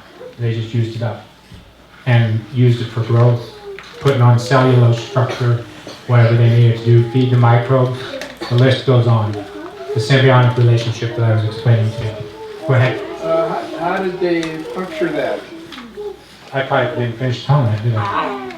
The knife, a tool that has a knife. Okay, it's a tool that has a knife on it. It was invented in New Zealand by Peter Pan. Not Peter Pan. Peter Pan, sorry. It was almost, you thought it was a fairy tale. I didn't know how. never get you there. Peter Ban, sorry. He invented it because in New Zealand, they get lots of rain. I've been there, and the driest part of the island gets about 30 inches of rain a year. And the wettest part of the island gets about 28 to 30 feet, which would be about 350 inches a year. So they get tremendous amount of rain. So they have a lot of pasture there, cows, milk. Powdered milk is probably one of the greatest exports in the country. But they noticed that when they had their pasture growing, the grass would grow like this, and then after a couple of years it'd be like this. And they were doing what is called mob grazing, kind of like what Alan Savory talked about. How many have heard his talk? Zane's the only one. So he talks how bringing in, maybe I better explain it a little bit if you've never heard of it. But anyway, he was on a team in Africa to figure out why the Africa was turning to desert. So they got on this think tank and were thinking, and they said, well, it must be overgrazed. So they went in there, shot thousands and thousands of elephants and giraffes and rhinos and whatever, just shot them all down, and started looking at the results. They said, now the grass will grow good and it'll be fine, it's just overpopulated. And just the opposite happened. It turned to desert, started blowing away, just turned to sand within about 3 years. So he said, oh my goodness, we did the wrong thing. So he started looking into it, and so he was more on a government thing when they did that project. So he kind of broke off on his own, and he started doing investigation. He come to the conclusion that in nature, when the African plain had grass taller than this ceiling, is when they had herds and herds and herds of animals. I mean, huge herds. And there was no problem with the grass dying or turning to desert. And there was like huge herds. And so he said, well, the problem was we didn't put enough animals on. So he started getting farmers together, and he says, let's do this practice where we took a whole bunch of animals on. But in nature, those animals would go in and they graze, and then the lions would come in and chase them off because so it's like a predator-herbivore relationship, and drive them to the next part of the ground, and they'd keep moving around rather than overgrazing. And while they were gone, that grass would shoot back up. So they started doing that same thing, what is called mob grazing, where you put high-density cows in for only 3 or 4 days, take them off, put them into another pasture. And they had where sparse grass, almost sandy, poor soil, started growing grass 2 feet tall. And so that's what they were doing in New Zealand, but also they were finding out that it wasn't turning to desert, but the grass would just get shorter and shorter, and then kind of stopped at its maximum potential. And when it would rain, it would just run off like crazy. And because it can only soak up so much wherever the grass roots were, and then it would just run off. It didn't cause a lot of erosion because there was a lot of grass. So he came up with this idea, if I get these knives to go in, puncture down through that hard layer and get it to go down and drain down. So he invented it. And as the knife goes down, it goes straight in, about 10 inches, and it's got a little curve to it. So as it comes up, it lifts the soil like that, and then sets it back down. And then another knife comes in right behind it, does the same thing, and then it lifts the soil on the other side. So it kind of picks the soil as it comes up. It fractures the soil like this, and then sets it down, but does not disturb this layer right here, because this is your micro layer. Because if you disturb this micro layer, then it's going to cause your microbes to start dying, because they build all their houses, they have all of this infrastructure there, and if you overtill that infrastructure, they have to rebuild it. So they're like starting over every time you do that. So this process would pick it up just enough to cause the gas exchange to happen. And when they did that, they found out that the grass started growing abundantly. You had the gas exchange. Phenomenal things started happening. And they were using on pasture grass. And Jim Martindale, the one that built this machine here in the States, he's a guy that studies soil and plants and relationships with that. He's done that all his life. So he was over in New Zealand taking notes on this machine because he wanted to see how it worked. Well, in process of time, he was very impressed with it, and somehow they sold the machine to some company in the States, and the company in the States did not understand the principle of it, so they actually changed the design of the knife. So it's just like a knife going straight in, but it didn't come out. So they thought it would just puncture through there and let the water down, but it did not cause the fracturing for the microbes to take hold. So it was not tilling the ground enough. And so in actuality, it was just like a really skinny sheep's foot packer, so it actually almost packed the ground. So Jim started doing studies on this one because it was here in this country and that's where he lives. And he was going behind it and digging and going with penetrometer, digging holes and looking at silt layers, and he was going on and on. And finally he said, this thing is not working. So he said, we've got to get that same design that Peter came up with. So he started, couldn't find any machinery people to build it, so he started building it himself.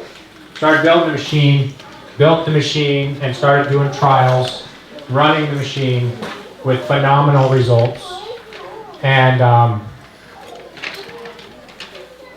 with phenomenal results with doing testing on all the stuff I'm telling you about gas exchange, with monitoring your CO2, monitoring everything, documenting all that to see if what is happening is really true.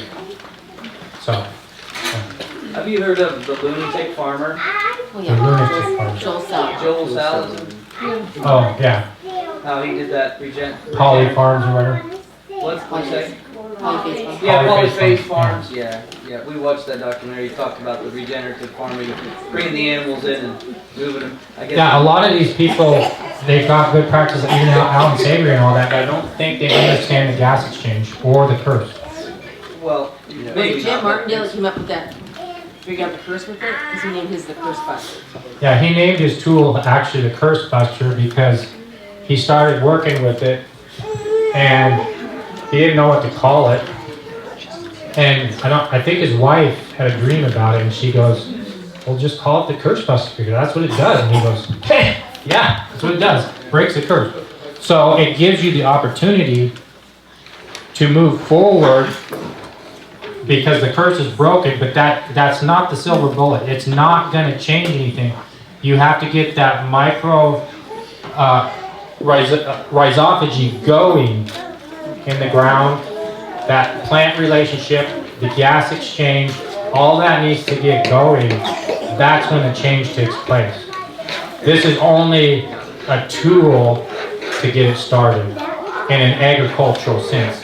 Like it happens in the redwood forest and rainforest, we have lots of roots going through there and you have mycorrhizal fungi growing. They're finding that growing in fields with this type of action, which I have not seen stay alive in this type of action.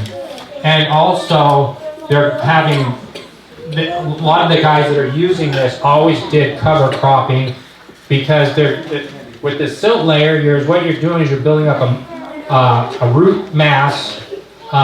You're building up active carbon on all those roots and building up what they call a cover crop and all those nutrients, and then you're going in and working them in and killing them all. That's the fertilizer you're using for your plant. This here, your microbes are making the fertilizer, you're growing the crop at the same time, so you don't need to do cover cropping because this does the same thing and even better if you can get that rhizophagy going. And a lot of these guys, they quit doing the cover crop and start doing this they're building over a ½ inch of dirt a year. So they're taking CO2 from the air, doing this exchange, and building dirt. The place that has had it on, they've been doing it for 30 years now. Their first trial place, and he's been doing it for 30 years. He said he's built over 7 inches of topsoil from what it used to be. 30 years. So, anyway, any more questions? Who's manufacturing this tool? Jim Martindale. What name? Curse Buster. Curse Buster. Oh. Yeah, he's manufacturing this tool called a Curse. Curse. Curse Buster. Curse Buster. Sycamore Severance. I almost said Tool Buster. So, I was just going to say that, yeah, I think Joel Salatin might know of those guys, but what I think is neat about this, how you said something earlier about like having a church planted, instead of guys drinking whiskey and raising hell, whatever, they go and doing the right things. And That is very interesting. If you ever have any time, look up James White and the work he's doing in the last 6 years. I mean, that was like, it was phenomenal, because whenever I saw how that worked, the nutrient density in the plant totally changed, the conversion of the evil to good, you see how bringing forth life. You know how in the scripture it says, circumcise your hearts, remove the stony heart, or the flesh from your heart, and remove that. So that's also kind of reminds me of a scriptural principle, breaking up the fallow ground, or the circumcision of the heart. Yeah. A knife, cut through the ground and open it up to sensitivity, to being able to do the exchange, to learn things, or to receive things that couldn't receive before. Yeah, exactly. And receive the Spirit, sorry, because the Spirit is air.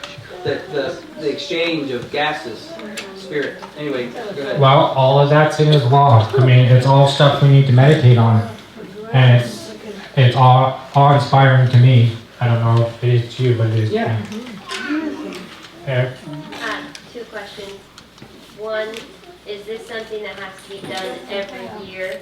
And 2, is there like a smaller version that people can use in like their gardens? Because most people here probably have gardens. Like, how do you apply it to a smaller scale? The last question is the same question I had, because that's the first thing I thought of is the hoop houses and small scale gardening. How are we going to do this? I was like, how can we make a little one that goes down the road? But just dig down 2 feet with your bulldozer. But no, because you're tearing up your microlife too much. You've got to be able to keep the construction houses that they've built in place, and they can add on to it till they turn into castles, is what you want. How deep might that be in a I know different soil thicknesses, but in a smaller home? Well, when you first start out, it's tiny. I mean, it's little. I mean, that bottom. And you can't even see the microbes, but whenever you've done it for a while and get this, they take pictures of it and they have the dirt. It's like instead of being dirt where you stick it in, you get this mud on your hand and then you try to wipe it off. It looks like earthworm droppings. They're like round, and it does not stick to your hands. You can stick it in clay soil and it pull out. Water can, if it saturates up faster than it goes in the ground, it runs across this dirt and it will not pick up in water. Yeah. It comes off totally clear. So that would be the spot that we would want to breach. Exactly. Yeah. And then that breach, then eventually, as it gets better, that layer gets deeper and deeper. It's almost like a compost. Yeah, I understand. It's almost like a compost layer, what we would call compost. But it'd be right there on the top of the ground. So go back to the garden thing. The garden thing. What Ariel's question? And if you have to do it every year. Okay, like I said, this curse is rain. It comes from rain. And if we're irrigating, that would be considered rain. The water's going the wrong direction. So, if you can get your plant roots, like a lot of trees or something that's real dense and thick, to go down, and you probably wouldn't have to do it as much as often. But more of the agricultural, like vegetables and stuff like that, it's going to build up that silt layer, and the new roots are not going to penetrate. But if you have like an old crop like alfalfa or something in like that, then you have those deep roots down. But the problem is it just depends on how thick your alfalfa is too, but it's going to build up much slower if you have water and air gas exchange coming through there. So as soon as you tear out, say, a wheat field or a cornfield or something like that and put in another crop, got 30 inches of water, and you're already starting to build that silt layer in there. And an easy way to test it is with a penetrometer. They said you could feel it very well. Just go with a penetrometer, and if you can feel those silt layers. He said in California, he tested one of their soils, a silt layer at 4 inches. That's all their roots were going in. And then he found another one at 7 inches. But that 4-inch one obviously developed since they tilled it or worked it. That shallow one. Will the silt layers build up at deeper levels than that? I think they'll build up wherever like if you have a forested ground and say the root zone is probably at 4 feet, it's probably going to develop there because your root and microbes are keeping that. But it probably will develop at the depth of the roots. So if you have blueberries or something, they're really close together. Our blueberries we do agriculture are probably too far apart to have enough root density to keep it totally broke up. That's just my guess. All the stuff will need to be done and tested to know for sure. Because we don't know. All we know is, the whole movement of no-till was kind of this movement, but he's tested no-till over and over again, and no-till has just as much disease and fungal problems as anybody else, and they have the same problem, the silt layer, and they're not breaking it up. They're not doing anything about it. There's no difference between no-till and regular conventional tilling is actually better than no-till. And then he goes on the destruction of Roundup, because most of these people use Roundup. So he said the faster you can get away from Roundup, the better, because Roundup is a chelator, and he's tested that over and over again. People that sprayed Roundup on, they'll go into their crop, and then Roundup ties up iron, copper, zinc, and manganese. But iron is the main catalyst that carries everything in, so it ties up iron and causes the plant to be very, very sick and die. And so he's tested a lot of crops where they round up and then they go plant the crop. And he said iron is the #1 deficiency, zinc and manganese and copper. They'll be on the very, very, very low end of the pole. He said that is all because you sprayed that Roundup on. If you wouldn't have done that, you would not have that problem. So you still didn't answer your question. Do they make a smaller? I don't know. I don't know. That's the question I have too. I want to find that out. We may have to build it because there's no manufacturers that Or he manufacture. can maybe build a smaller one for it. I don't know. I don't know. So you don't know. I have the same thoughts as you. I want one. We were able to find a broad fork, which is quite long, the forks on there, and you step on it. It's not And just a then garden just fork. kind of And, work it like yeah, that. work it like that. And we found that our garden actually does better with that than when we rented a tiller and Yeah, stirred it all up. exactly. Because you're keeping your microbes alive. Right, and that loosens it down deep without disturbing. Yeah, you're doing the same thing as this. You're probably actually hitting that silt layer, breaking it through, and giving it an opportunity to It's wide, gas exchange. it's wide enough in the handles where you can step on it and get it way down. Where did you guys pick that? Where was it? I can't remember now, but it's, you can. We've got other ones that aren't as sturdy as this one, so I'll show you. But it's called a broad fork. Lots of the studies that they've done is a lot of the weeds that we experience, just like with the diseases, are from stagnant soils, silt layers built up, and the weeds are trying to fix the problem. So a lot of times when you get your ground aerating, a lot of the weeds that you see probably won't be growing, but there could be a different variety that are more like vegetables that start growing. But there'll probably always be that problem of weeds. But he said it's probably going to be a different variety of weeds because you're changing the environment of your soil.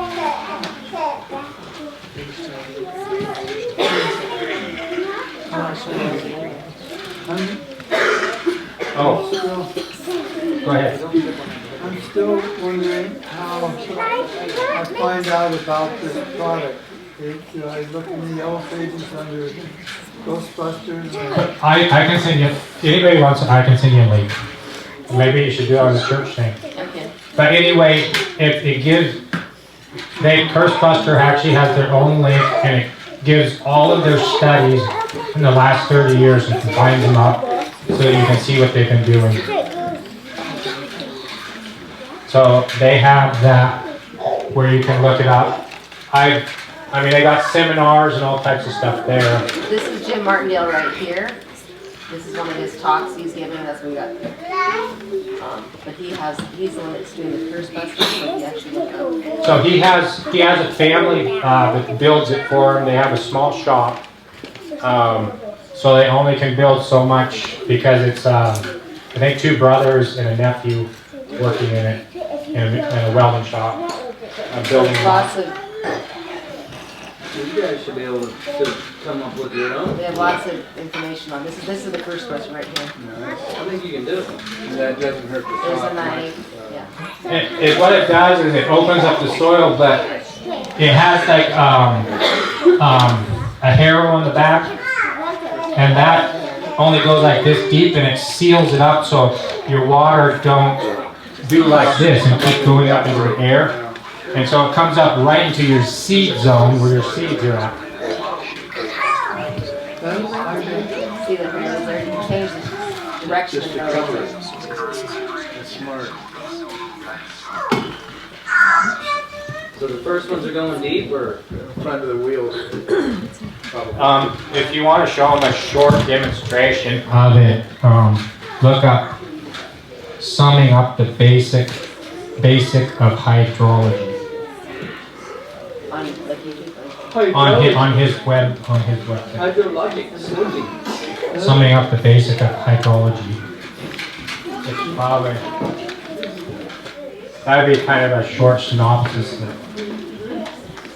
know, if you have higher air pressure, there'd be a lot more parts per million. Yeah, that one. In the air. So, anyway, how about 12 minutes? This is 2 minutes if you just want to see a 2-minute thing. That's much better.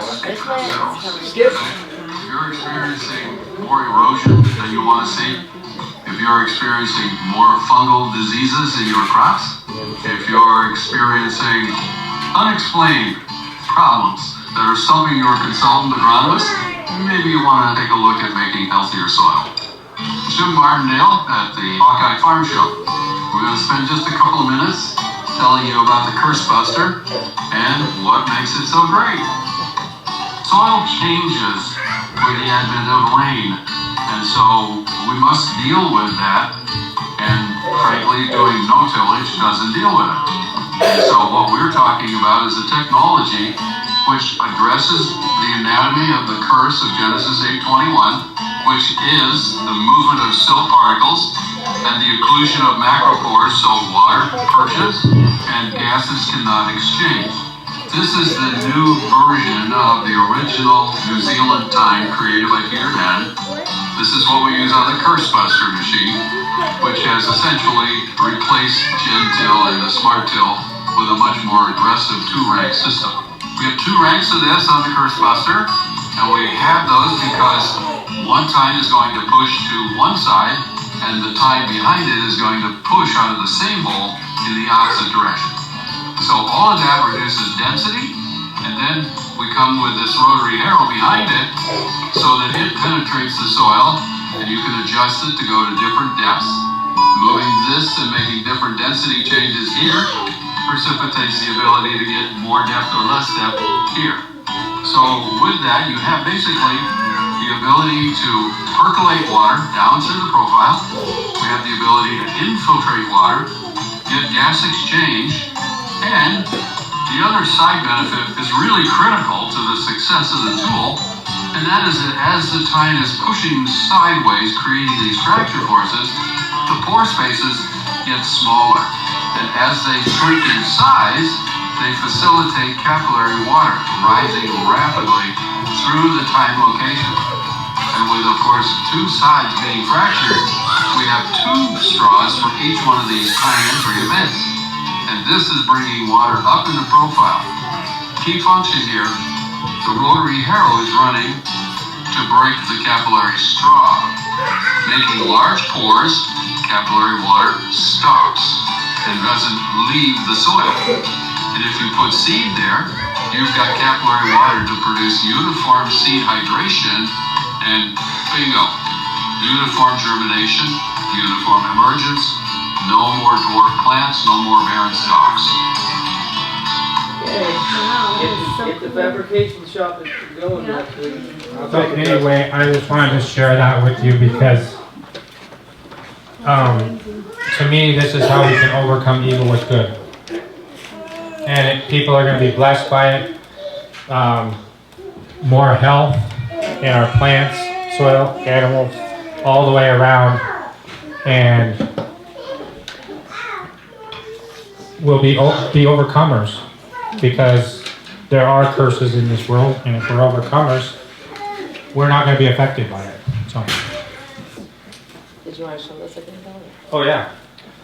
You want to notice that this fine one, look how high it went, all the way up to here. This coarse one only went up to here because, like we were saying earlier, the bigger the holes, the less it's going to go up, the finer. So this would be more like sandy soil, more coarse grains. So that would be soil like this down on the bottom. Oh, you're starting to see a little bit of silt layer forming. You can kind of see that line in there of different layers. In this. So hey, you might want to explain like the course compared to this. You didn't explain this right here. Oh, yeah, that's why I was talking about the tubes. So they stick tubes into water, and depending on how small it is, it's going to go up higher. And if it's a little bigger, it's going to go lower. And that's because of the action of the water, what do I call it? Cohesion. Cohesion and heat. Yeah. Oh yeah, it's already The written. water is attracted to the sides. And then the big one, it just barely goes up. And you've probably seen that, like I do it all the time at home. I fill up our Berkey water filter, and I fill it, and the water goes up 1/4 inch. And then Michelle says, "Oh, you left the lid on. Why did you fill it, you fool?" And I was like, "I like to see capillary action." Because it does, it heats the... So it goes up to the edges and it mounds the water in the filter. Anyway, it's kind of cool. I shouldn't have told you that. Now your kids are all going to do that. And mom's going to get mad at them. Anyway. And then this one's much finer. Look how high it went up. A lot higher. And then look at here, our experiment here. Can you see that? Look at, we've already got this much water.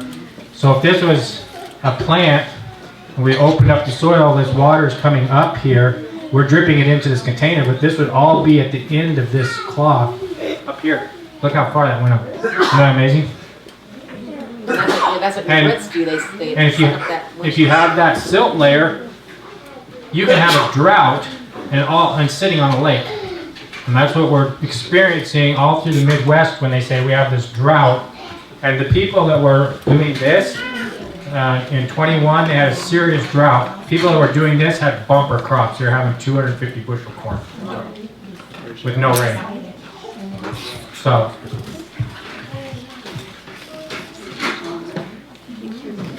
didn't affect them. And everyone else was affected by the drought. So anyway, I hope that blessed you in a small way as much as it did me. Because it's using the law of Yahweh It's putting it into action. It's using all letters of the law, all colors. And if we disregard it, we feel the curse. And if we know the curse is there and are overcomers, we'll be blessed by it and we'll bless others. So thank you for, did we have anything else for you? Okay, thank you for sitting in on this law class. I know it was kind of long for the children, but